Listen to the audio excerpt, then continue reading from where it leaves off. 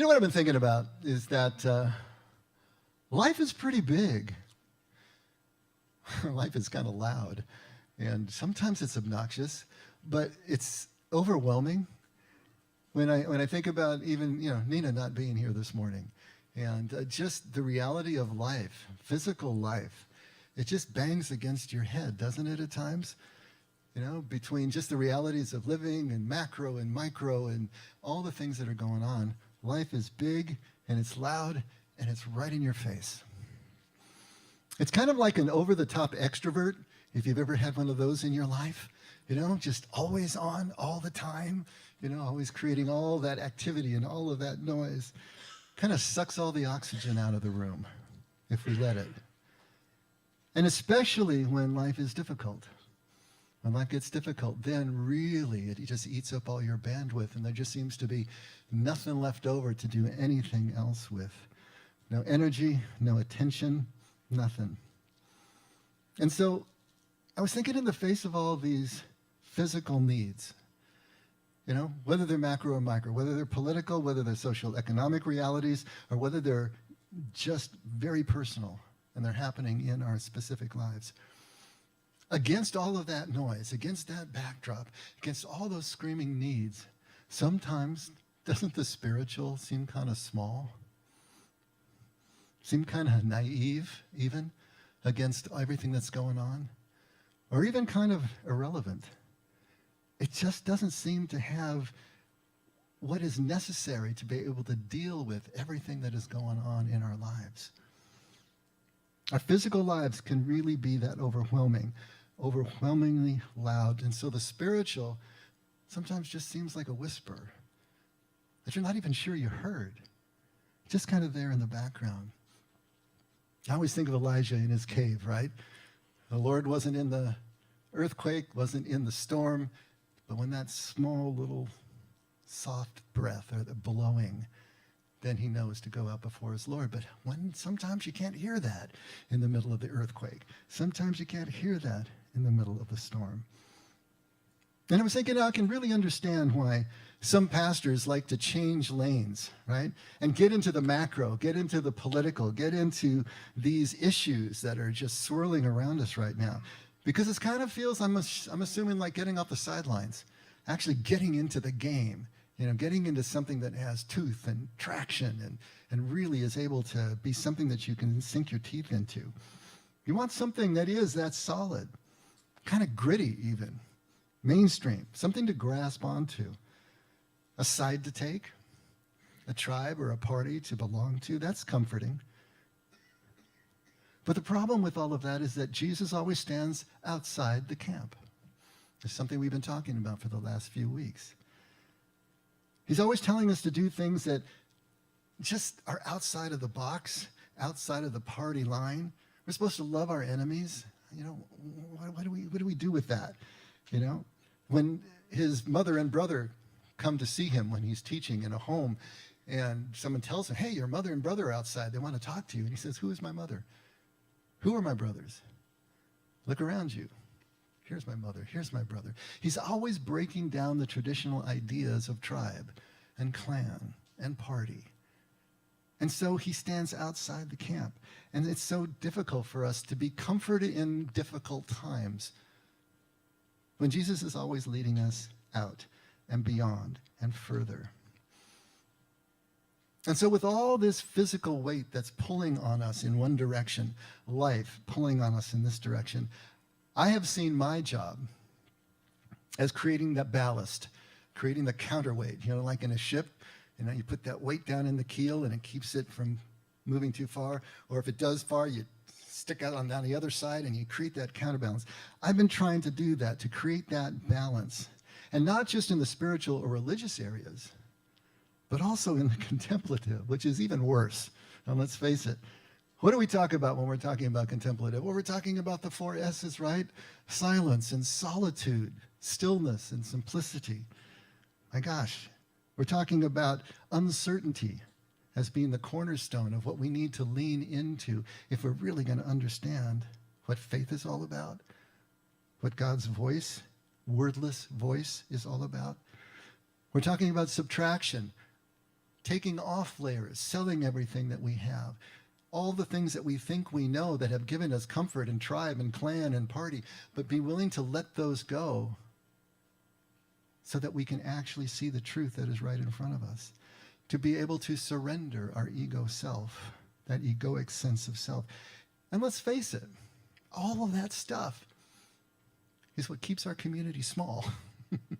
All that stuff is the antithesis of what the physical life is all about, what the physical life is demanding of us. What the physical life is demanding us is to be huge and strong and invulnerable, able to withstand and fight back and do all those things. And here we are trying to go the exact opposite direction. And so it's inevitable that I get a lot of questions. I get a lot of pushback. I get resistance because it's difficult to process all this. It doesn't even, does it not only not seem right, it just doesn't seem even moral sometimes, even valuable sometimes. People will come to me and say, but what about needing to plan for the future? What about building things? What about hard work? What about ambition? What about all those things that really do make life go around and give us a sense of meaning and purpose, right? Seems like you're talking about giving up. Seems like you're talking about a slide into mediocrity. Seems like you're talking about not using your gifts, not using your talents. And people will bring that scripture to me, about the owner who brings the talents and gives them to 3 different servants, and 2 use them and double and do this and do that, and 1 hides it under the ground, buries it in the backyard, basically. And he's the one who gets reprimanded. But really, that isn't about something that we need to do with our talents. What it is about is the paralysis of the fear that we can get into. Because as soon as we're paralyzed by fear and we hide underneath a bushel, then, yes, we are not fulfilling anything. But it's not like we have to build something. But it seems that way because life feels pointless otherwise. It feels rudderless. It feels meaningless. It feels like we're just drifting about, circling the airport and never really coming in for a landing. And all these are really good points, and I hear them. And believe me, I feel them myself, right? Because life is pulling relentlessly to these physical needs. I think my full-time job is to continue to pull us to the spiritual. Not because the spiritual is good and the physical is bad. That's what we need to dispel in our minds right now. It's because the goal is balance. How many times have we said in here, it's not about either or. It's about both and. How can we go about our spiritual lives while immersing in and honoring the physical as much as we do the spiritual? In other words, have our immersion in both worlds at the same time. Because let's face it, as long as we're breathing here inside these earth suits, we're living in the physical. We can't get away from it, and we shouldn't want to get away from it. It is who we are.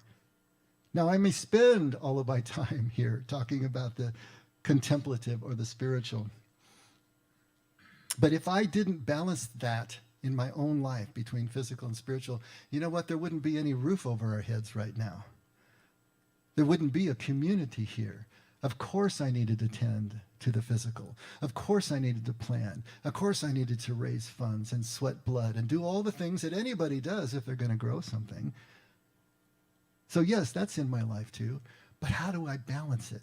How do you balance it? How do we balance it? This is what this way of Jesus is really all about. The goal is the balance.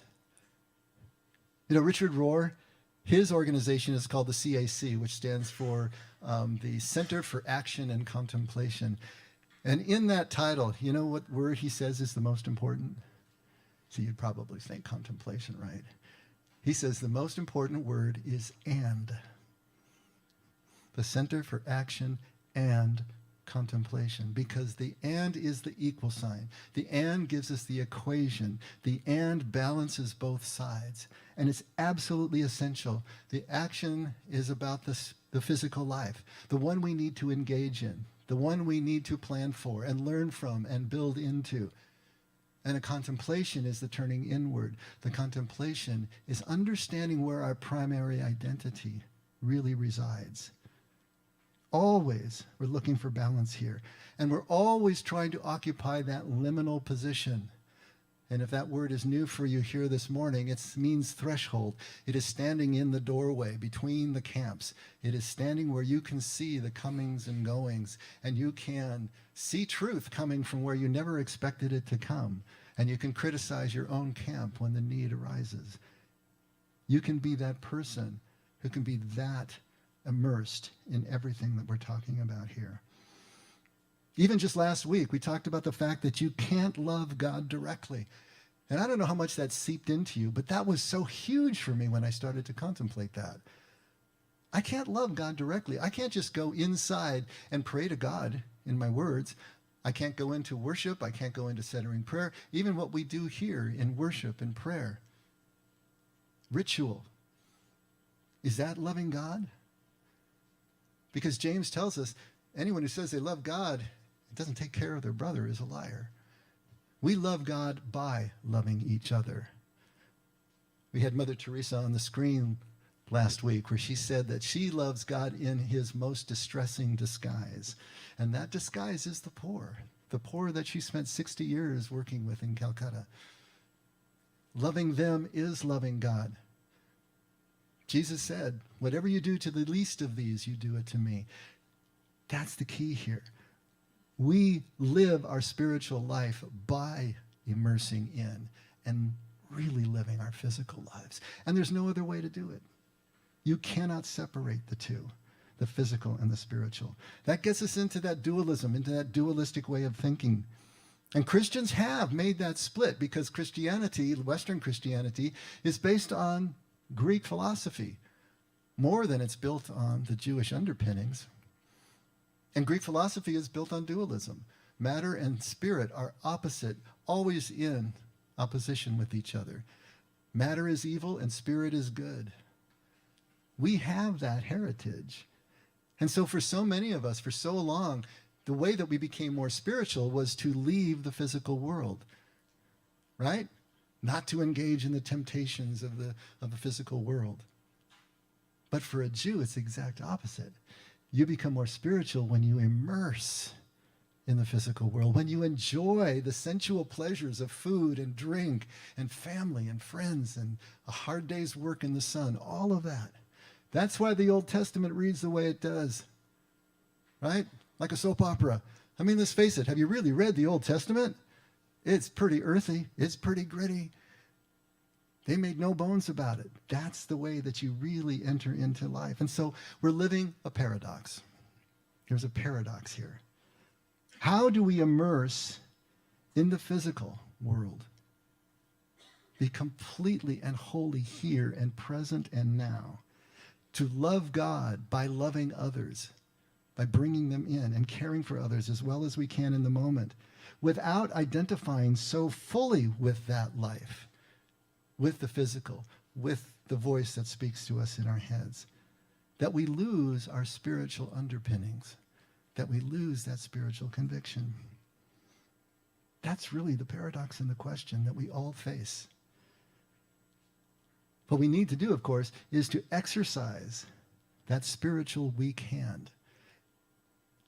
All our physical hands are pretty well developed because they've had to be since we were children. We've worked on that. And so we need to work on the weaker hand, the spiritual hand, but only to create the balance between the two.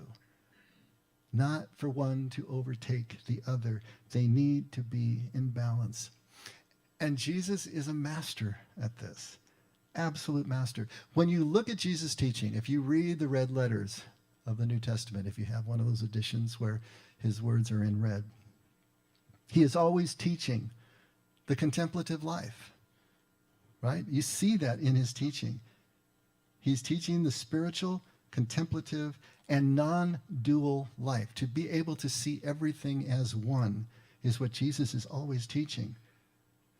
But then his life is lived completely immersed in the physical, completely immersed in the relationship, in the relational.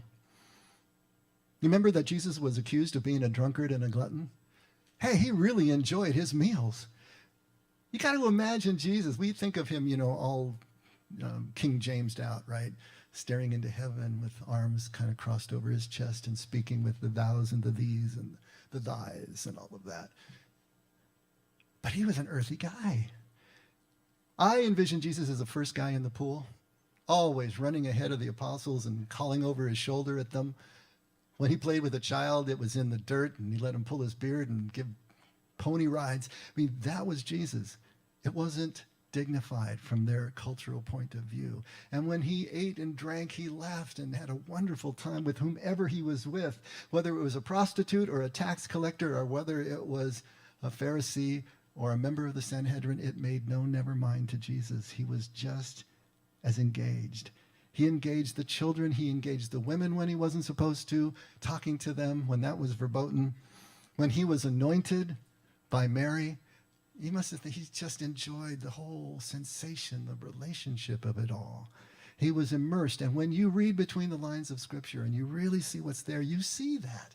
You see that balance between the two. How he talks about, I and the Father are one, and yet he loves a good meal and a good joke. This is the paradox. This is what Jesus is modeling for us, this balance through his life and his teaching. And then the Scriptures preserve for us that whenever he had the chance, and early in the morning, he would go out into the lonely places. When he had a day that just blew him out after healing thousands of people and doing whatever he was doing, he had to take a boat across the lake and go to a lonely place and just be alone and be there for hours, sometimes days, to balance back out again. But even though he was engaged in that kind of prayer that he talks about, being in your prayer closet, to close the door, be alone with the God who speaks without words and knows what you need even before you ask of it. At the same time, he is absolute strength in leadership.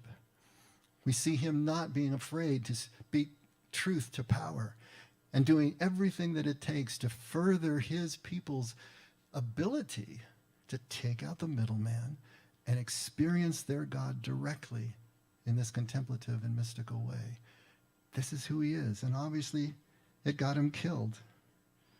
But he is involved absolutely, uncompromisingly in the lives of his community, even as he continues to transcend the community in unity with his Father. You can't pin Jesus down. He is always balanced in that liminal place on the threshold, in the middle. And this balance that he is showing us, this balance that we can glean from the New Testament, is what is experienced as kingdom. This is what he means when he uses the word kingdom. Doesn't mean heaven of the next life. It's that non-dual experience right here and right now. It is the experience of oneness. And without that oneness, it is impossible for us to be in kingdom as Jesus understood it. Kingdom exists in the space of these non-dual moments. These moments where we are aware that we are between the poles of these opposites that we're constantly dealing with in our lives. And that doesn't mean that we're in kingdom in a steady state. It doesn't work that way. It's moment by moment choices that put us into that awareness of oneness, right? But if we string enough of those together, then we can start to be characterized by kingdom. But even so, even if we're characterized by kingdom, each moment is still a choice. That's how you know you're in a moment. You got a choice to make. And if you choose to be present, to be immersed, to be there, to see how you are connected with everything, that is a kingdom moment. These kingdom moments are those non-dual states when we see all the diversity of life, everything that seems to be in opposition, everything that seems to be different. When we see those all as one thing, then everything starts to change. Remember when we talked about good and evil? We, as good children of Greek philosophy, look at good and evil as absolute opposites, mutually exclusive and diametrically opposed with each other, always in opposition, just like matter and spirit were. But when you look at it from an Aramaic point of view, Taba and Bisha, good and evil, literally mean ripe and unripe. mature, immature. It's a continuum between the two. And we see the growth just like we would watch the growth of a child, from immaturity to maturity, from unable to do the things that a human being is designed to do toward being more and more able to do those things. And as we look at the continuum between the two, then everything changes about the way that we look at life. Good and evil is really one thing at different states of development. And then we can understand how we can have compassion for someone who's just not able to do the things that we think they should be able to do by now. Father, forgive them. They don't know what they're doing, right? And then we can understand how God can love us and continue to feel good about us when we are acting as unlovely as we tend to act. Light and dark are the same way. Nura and Choshech. We think of them as light and dark, just the visible absence or presence of photons of light. Diametrically opposed, one vanquishes the other. But when you put that back into Aramaic, the Nura and the Heshuka, it changes, because light is not just light as we think of it. It means order. It means straight rays. It means being able to go directly from point A to point B. It is the order and the progression that can happen during the daylight, during the daytime. And then Heshuka is the chaos. It's the swirling energies of light, of wind and water, let's say. But that's what's needed for accommodation, for consolidation at night. It's the dream state. We need that to consolidate, to restore our energies, to move out of the rational so that the next day we can move back into the light and we can then progress again. And that alternation is the necessary and complementary actions of what we would normally see as diametrically opposed and in some kind of combat with each other. All the diversity that we see in the universe is really one thing. Maybe we can call it one unified field. That unicorn that Einstein was after for the last 20, 30 years of his life, trying to prove the unified field theory, that all the forces that we see around us really can be explained as one thing. And that's what Jesus is basically telling us. Everything is one thing. The Father is the one thing. The truth is a person. And when we actually experience that, everything changes. We see the world differently at that point. So cultivating these non-dual kingdom moments is what teaches us to be able to see that oneness and see it everywhere. But we got a lot of headwind in our face as we're trying to do this. There's all sorts of dualities that we're faced with all the time in everyday life. Daily basis, we're dealing with these dualities, and I wanted to look at a few of those because our natural tendencies and our life experience kind of combine to cause us to favor one side or the other of these dualities as they're presented to us. Think of it as introvert and extrovert, right? You didn't choose to be one or the other, whatever you are, but you are, right? But then there also can be life experiences that also push you into one camp or another. And you're going to favor one or the other, introvert, extrovert. All of these dualities that we face each day is going to be the same way. If you really assess yourself, if you explore deeply, you'll see how you favor one side or another. There's preferences and there's aversion. That's why I'm always saying pay special attention to what offends you. Pay special attention to what you resist, because that is giving you and shining a light down into the unconscious where these preferences and aversions actually lie. And once you realize they're there, you can bring them up into the light. And then you can start to sell everything that you have, let it go, and come back into liminal space. Because as long as we see things as separate, as in opposition to each other, and as long as we're choosing one or the other, either consciously or unconsciously, we're missing the oneness that is kingdom, that Jesus is trying to help us to live. Now, normally, if you take a look at I have this list in your handouts there. If you take a look at the list there, if you look at it, normally I'm hanging out on the right side of the list when I'm talking to you, right? If you take a look at all of those values on the right side.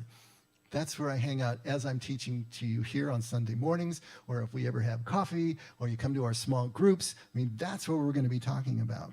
It's going to be the spiritual side. It's going to be the contemplative side. But again, only pulling the pendulum over to that side strongly in order to strengthen the weak hand. The spiritual is not right, and the physical is not wrong. They're both right. They're both good. They're both necessary, and they're absolutely complementary to each other. We need them both. And both must be developed in order for us to have the balance that is kingdom. So just kind of going through this list. These are our daily dualities. That's kind of cool. I like that. A little alliteration there. The daily dualities. So you got the first one, the physical and the spiritual. We've talked a little bit about that. As long as we are breathing here, we are always going to be living out our spirituality through the physical. How else are we going to be able to do it? All of those rituals and the prayer time and the contemplation, whatever we do for ourselves that we might imagine is the way that we love God directly, is really just us cultivating those non-dual moments, so more and more we can see the oneness of everything, how everything is one, so that we approach our lives differently. We can love the enemy when that happens. We can stay in liminal space when that happens. But we have to see the oneness first. We have to identify with the other who is in our path, who is ever in proximity with us. That is our neighbor. And to love that person is to identify with them at a human level, even if we don't agree intellectually. It doesn't matter.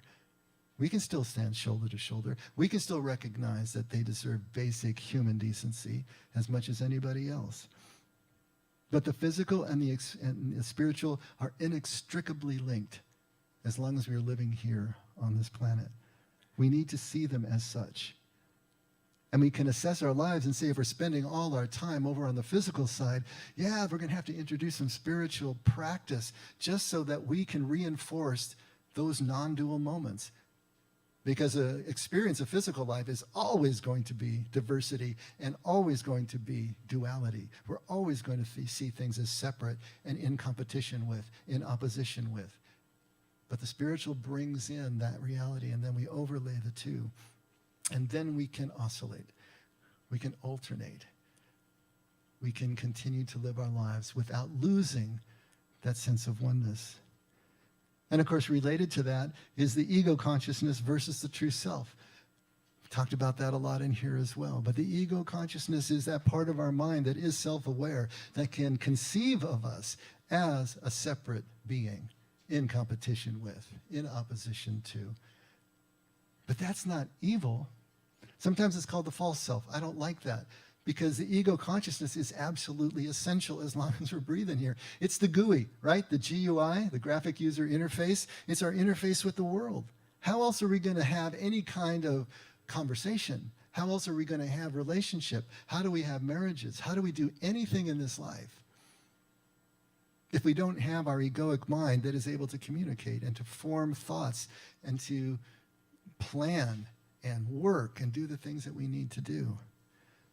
The only problem with the egoic consciousness is if we identify with it, if we think that's who we are. Because the egoic consciousness is also where all of the dysfunction resides, all of the hurts, all the traumas, all those core beliefs from childhood on that make us dysfunctional, make us neurotic. That's all there too. If we are identifying only with that, we can never get to that deeper self, that true self that is beneath those words, beneath the rationality. But if we are spending enough time over in that, getting to know that deeper self, getting to understand how that self is already one with God and always has been and communicates with God, we can bring that up into the ego and again, balance the two.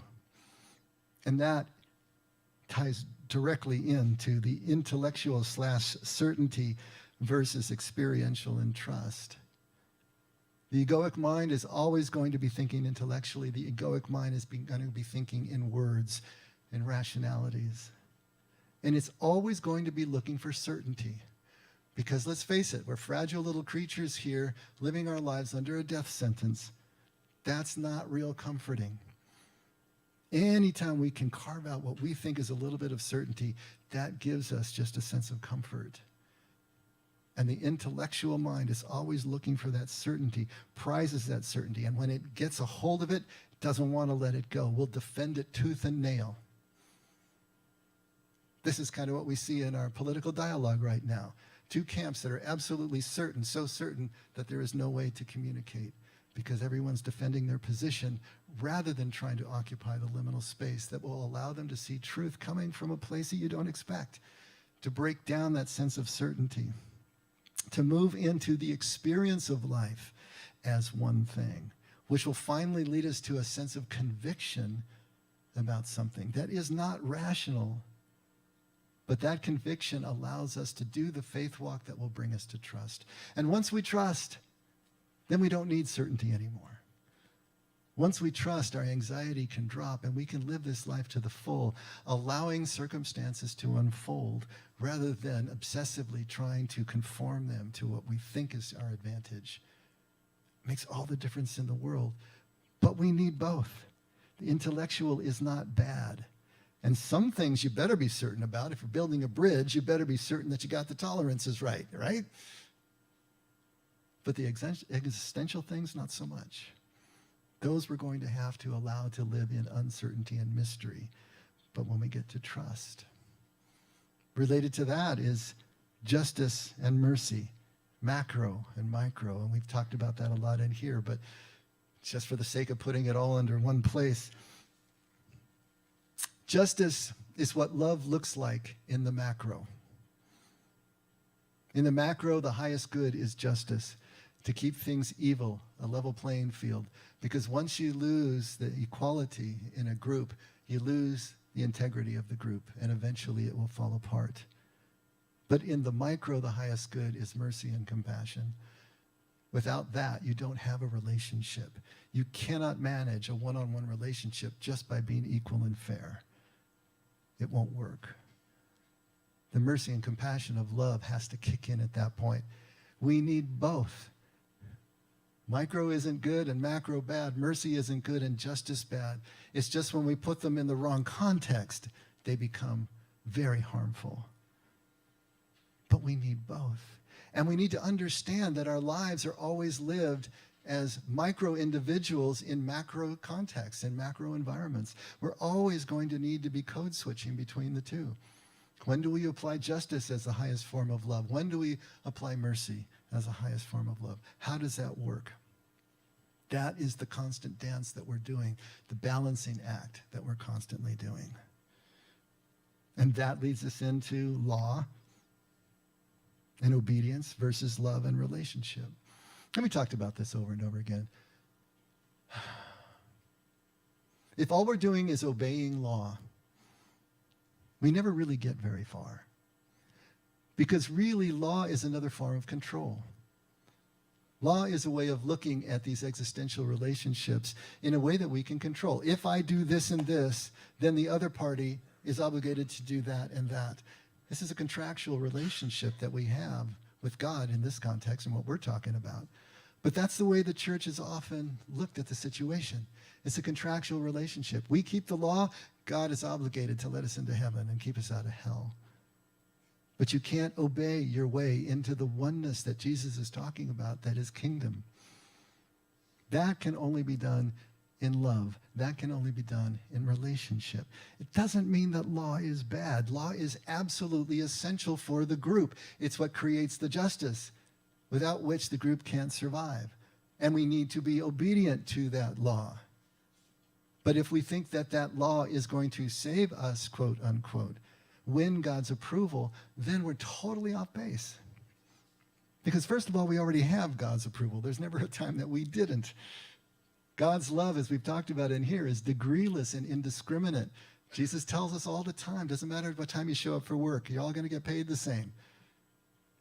The sun and the rain falls on the just and the unjust alike. He's giving us those poetic clues as to the nature of God's love. He's trying to evoke us into the experience of it.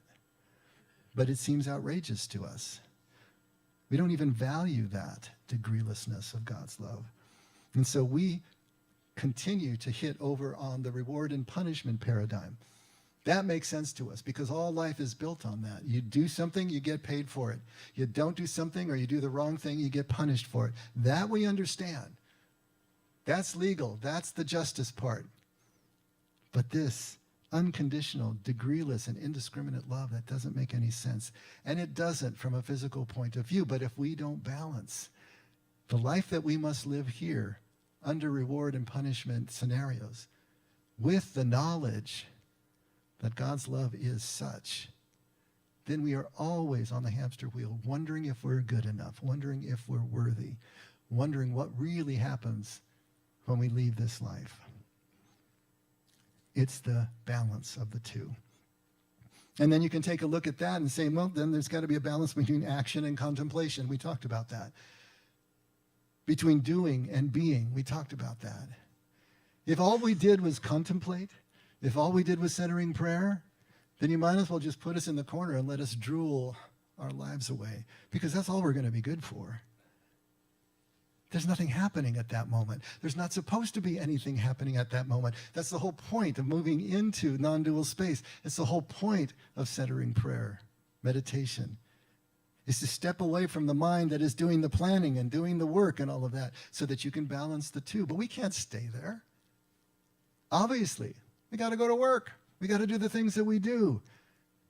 But if we do that, completely identified with that, if we do that thinking that that's going to give us our reward and we move back into reward and punishment, or we move back into law and obedience, then we forget the basic nature of what it is that we have in God. What is the good news that Jesus is giving us?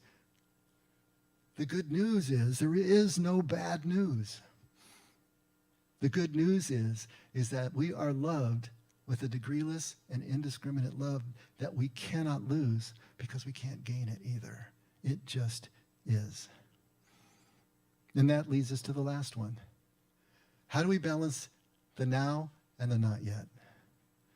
Because if you can do that, that's pretty much the definition of a successful life. To be able to have plans, to work toward those plans, to be able to think, anticipate, and expect something in the not yet, but never let it eclipse this moment right now. The immersion of it, the connection of it, the oneness of it. These are just a few. There are so many more.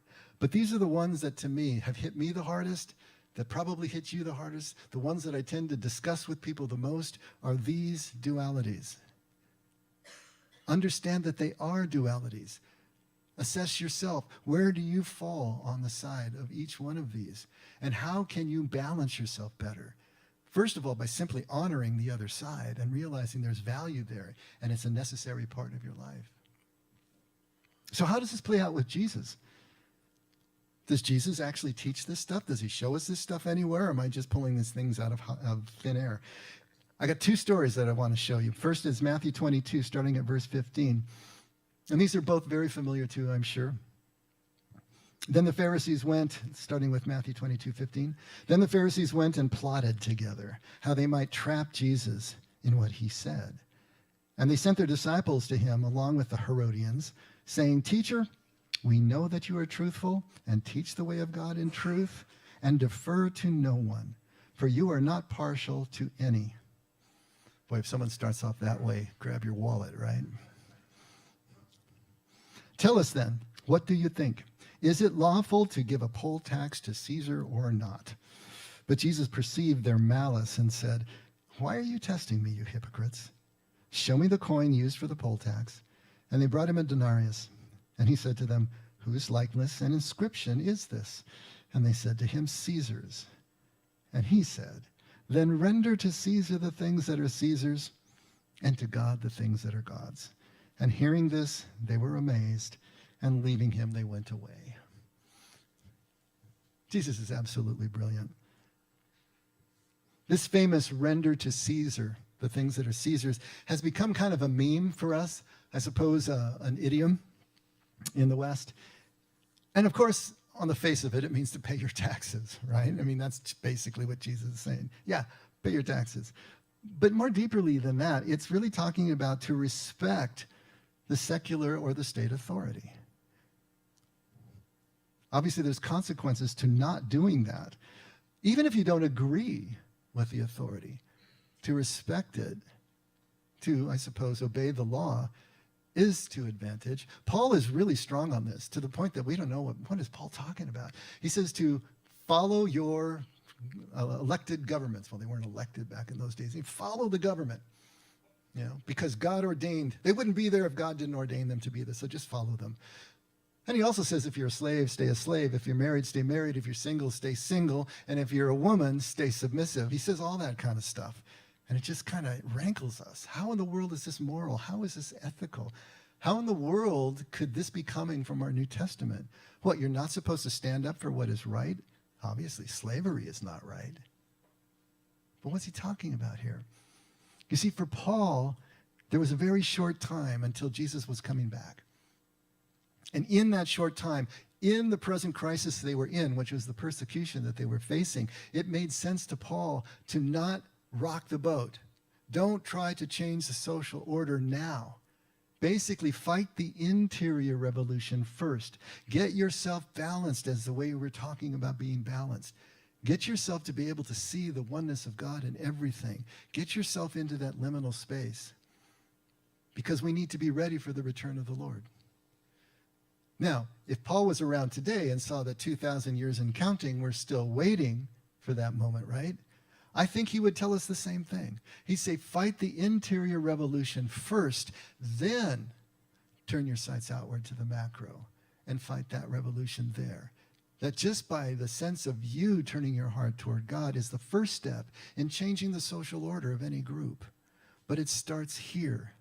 Because if we haven't done that, then we're just another extremist going out and making noise. We're not a solution. We're part of the problem.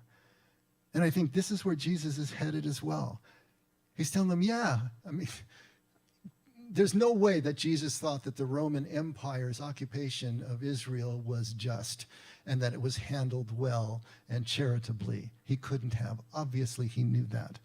But at the same time, to not pay your taxes would bring the wrath down on you in a way that was not doing anybody any good. Fight the interior revolution. Render to God the things that are God's. See how he flips it immediately over? In this one area, we see that they're trying to trap him, right? They're trying to trap him. But the question that is put to Jesus is physical, right? It's a physical question. It's egoic. It's coming out of the word-based rationality of the mind. It's intellectual. It's macro. It's political. It's legal. It's dealing with justice, with reward and punishment, action. All of those on the left side of that equation is what this question is all about. And Jesus acknowledges that. He says, yeah, right?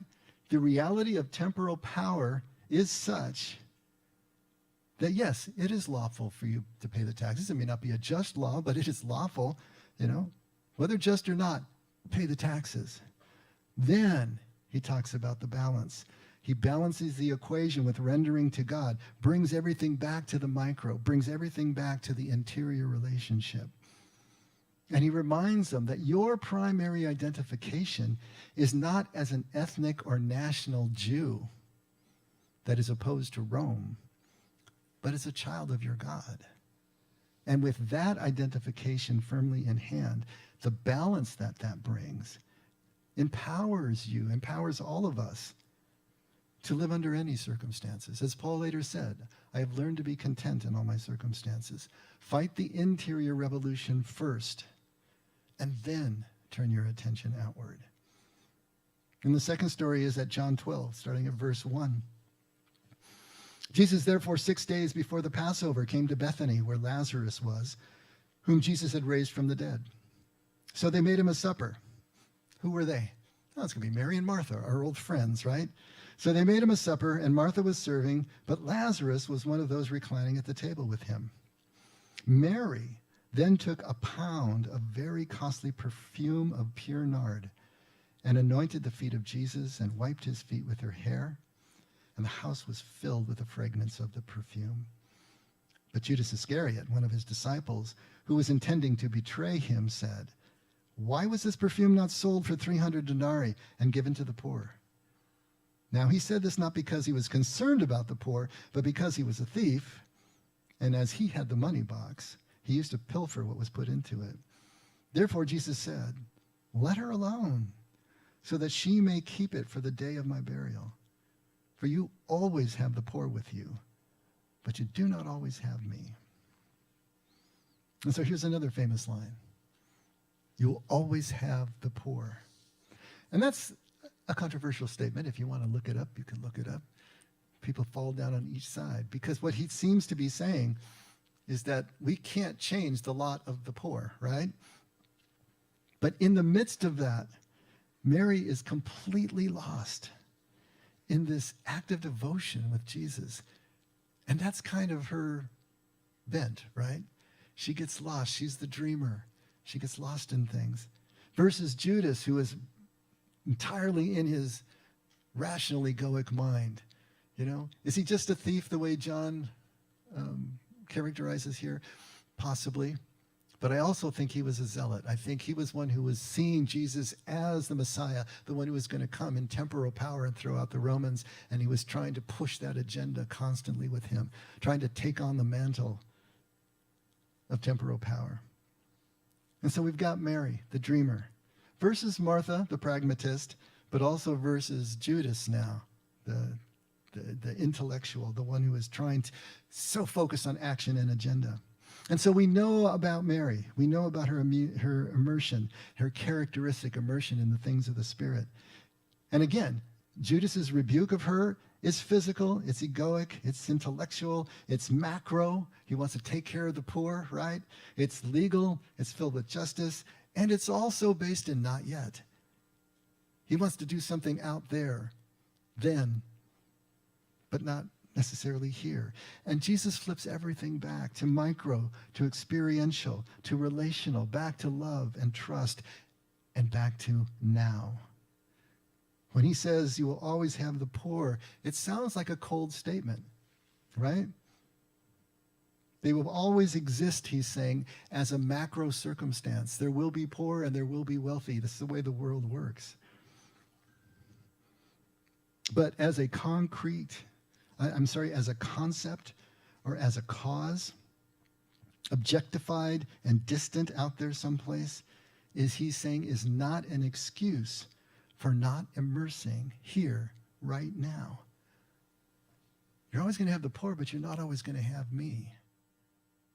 The most important relationship, the most important cause is the one that is right in front of you. Mother Teresa, again, said it's far easier to send a cup of rice halfway around the world than it is to just deal with the people in your own home. Ain't that the truth? But what's more important? Right? The most important relationship is the one that is right in front of you. And since we're always going to have the poor, does that mean that he's saying that there's no need to even bother trying to help them? Of course not. As soon as the person in need crosses your path, that's the time for action. Mary has chosen now. She's chosen something concrete. She's doing something with Jesus that's physical. She's not dealing in the abstract. She's not dealing in the not yet. And Jesus says she will not be denied that moment of oneness. It is hers. And so Jesus is dealing with all these dualities in the same way. Between his teaching and his actions, he's showing us how we bring everything together in oneness, under one roof, in one experience that we can have as individuals. But that's a lot of words, right? If you want to simplify this, I think for my money, I would say that the balancing of now and not yet really encapsulates the whole of what we're talking about. We as humans need goals. We need to have them. We need to have dreams. We need to plan for things. We need to work hard. But again, not at the expense of losing ourselves the way Mary does in this now, in this moment. We need to find that balance between now and not yet, which is going to take us through so many of the other dualities that we face. And it comes right back again to the Hebrew bride, right? We've talked about the Hebrew bride, little 12 or 13-year-old girl in the ancient Near East. As soon as she was able to have children, she was married off. And you want to talk about control? What control did she have? The father is the one who arranged the marriage. The father is the one, and the father of the grooms are the ones who arranged the course of her fate. She didn't get to choose. But she moves through life, goes through the ritual, becomes betrothed, and then she needs to wait, sometimes a year or more, knowing that at any moment the groom can come back with his groomsmen and blow the shofar at the edge of the village, usually in the middle of the night, signifying that he was come to snatch her up and take her away, raise her up on the nisuin and take her back to the marriage, where everything would change, her entire life would change. And so in between those two parts of the marriage, the betrothal and the consummation, she's living in that constant state of uncertainty. At any time, it could be the last day that she spends with the only family that she's ever known, with the only relationships that she's ever had. And she's anticipating becoming a full woman, right? She's going to be a mother. She's going to be the head of a household. She's going to be doing all the things that she's doing, but she's also going to be leaving everything else behind. And as you think about it, for us, we are all Hebrew brides. We're all 12 or 13-year-old girls who didn't get to choose the situation that we're in for the most part. And we're living between the betrothal of our birth and the nisuin, the wedding ceremony of our death, not knowing when any moment could be the beginning of our next life, the continuance of our life. But if we can anticipate that, knowing that everything is going to be all right, but never letting that not yet eclipse the now, eclipse our ability to just be completely present and aware of each relationship, the preciousness of it, living each moment to the full. That's what we're talking about here. That knowing that the change is coming, that anticipation of the change can intensify and enhance the appreciation for the experience of now, if we let it. If we are balanced enough, the relationships and the life that we have becomes even more real to us. We're all Hebrew brides.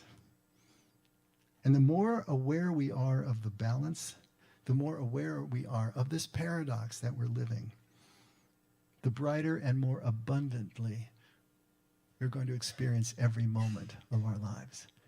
It's all about the balance. Let's pray. Father, you are balance personified. You are the balance that we seek. Everything that you've shown us through your Son, through your word, through our lives together, is showing us that this balance is real, that it exists, that it is possible for us. You've told us it's possible for us, but it's difficult. Help us to be introspective enough. Our prayer is that our prayer will take us to moments that we realize we have stepped outside of the isolation that we've created for ourselves. And that's another reality is possible. Another way of experiencing our lives is possible. We want to be closer to you so that we can be closer to each other. And we want to be closer to each other so that we can be closer to you. Help us to find that balance little by little, step by step. Celebrate the small victories that we have as we have our kingdom moments. Not be overwhelmed by how much is left to traverse. And just enjoy this now, even as we work for whatever comes. Thank you, Father, for everything that you give us. Never let us forget we can only love because you loved us first. In Jesus' name, amen. Let's all stand.